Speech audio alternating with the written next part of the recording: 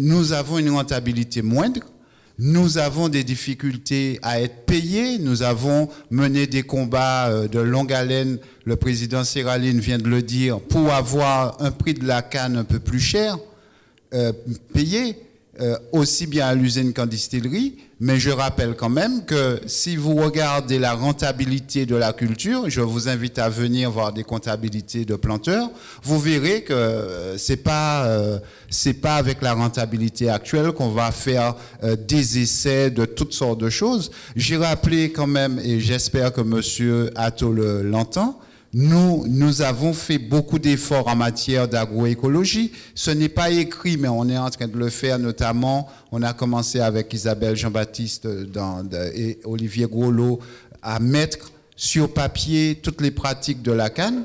Mais aujourd'hui, nous utilisons des matières organiques, nous améliorons les pH, nous utilisons des plantes de couverture, mais c'est extrêmement compliqué qu'on ne nous applique pas systématiquement ce qui a réussi en banane, parce qu'un pied de banane, c'est pas un pied de canne.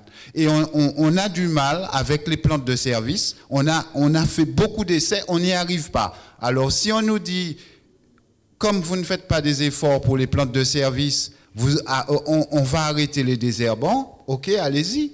C'est ce qu'on dit, allez-y, et puis on verra ce qui va arriver dans les campagnes, sur les 4000 hectares de terre, de cannes qui sont plantées. Voilà, c'est ça la réalité. Nous, on est prêts à faire des efforts. Je rappelle, et M. Villeneuve est témoin, on nous a demandé à diminuer l'utilisation des herbicides de 50%. Mais 2 ans avant l'arrivée de Ecophyto, on avait supprimé tous les produits qu'on utilisait. Le diuron, l'hexazinone, on avait tout supprimé. On nous a donné quelques produits et on nous a dit à partir de ces produits-là, vous réduisez encore de 50%. Et on a réduit de 40%. Donc il faut nous donner un temps d'adaptation. Et il faut qu'on nous donne les moyens de faire des études sur les plantes de couverture, sur la mécanisation, du sarclage, etc. Quand j'entends certains propos, je ne peux m'empêcher de voler au secours de la filière. Alors l'image que j'ai, c'est comme si, ce qu'on voit en télé en ce moment, les habitants de Mossoul, qui sont en train de se défendre contre les différents assaillants qui les attaquent, on leur demande en même temps, mais finalement votre maison elle n'est pas très propre, il faudrait la balayer, il manque des fleurs. C'est l'impression que j'ai. Non, demande-toi à cette filière. Vous avez une filière dans laquelle les gens sont en train de vous expliquer qu'ils ont attendu 4 ans pour toucher des aides. Bon, je sais pourquoi, le comment du pourquoi, on est un peu informé de tout ça, et voire très informé de tout ça, mais en même temps on leur dit qu'il faut supprimer le dernier truc qui reste. On n'a vécu une année sans Azulox, il a fallu, il faut le savoir, payer une centaine de jeunes pour les mettre à arracher de l'herbe comme au bon vieux temps, courbés dans les champs de canne.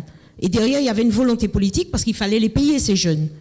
De pouvoir les payer au travers d'un dispositif emploi immersion jeune pour pouvoir arracher les herbes et éviter que la récolte de 2014 ne soit une catastrophe. Alors si aujourd'hui, l'État dit oui, d'accord, et qu'on rentre dans une espèce d'idéologie très ténue sur l'écologie, l'utilisation des produits phytosanitaires, j'ai envie de dire en créole, on nous finit bizarre. C'est effectivement un petit peu pour être dans la lignée de ce qu'a dit Eugénie et Catherine Conconne. Je pense qu'il faut être un peu sérieux. Je suis, moi, un ingénieur de l'industrie céréalière. D'accord ? Dans le maïs, on utilise 20 produits. Dans l'Hexagone. Dans l'Hexagone, aujourd'hui, on a l'hiver, qui est le meilleur allié pour les céréaliers pour détruire les plantes qui sont nocives aux céréales. Ici, il n'y a pas d'hiver. Nous sommes dans un climat tropical. Nous sommes avec la canne, agriculture orpheline. Nous avons très peu de produits. Aujourd'hui, je pense qu'il faut être un peu sérieux. La DAF a une mission avec la collectivité, c'est d'instruire les fonds européens. Aujourd'hui, on est en retard de 3 ans. D'accord ? C'est ça la réalité que vivent aujourd'hui les canniers. Alors venir aujourd'hui nous enquiquiner sur une molécule que nous utilisons aujourd'hui dans nos plantes, c'est pas sérieux. Aujourd'hui, ok, le maïs en a 20. D'accord ? Le blé en a 15. Alors on peut pas aujourd'hui demander aux canniers d'être plus exigeants en milieu tropical que ne le sont les céréaliers dans la bourse ou dans l'abri. D'accord ? Donc je pense qu'à un moment donné, il faut être sérieux.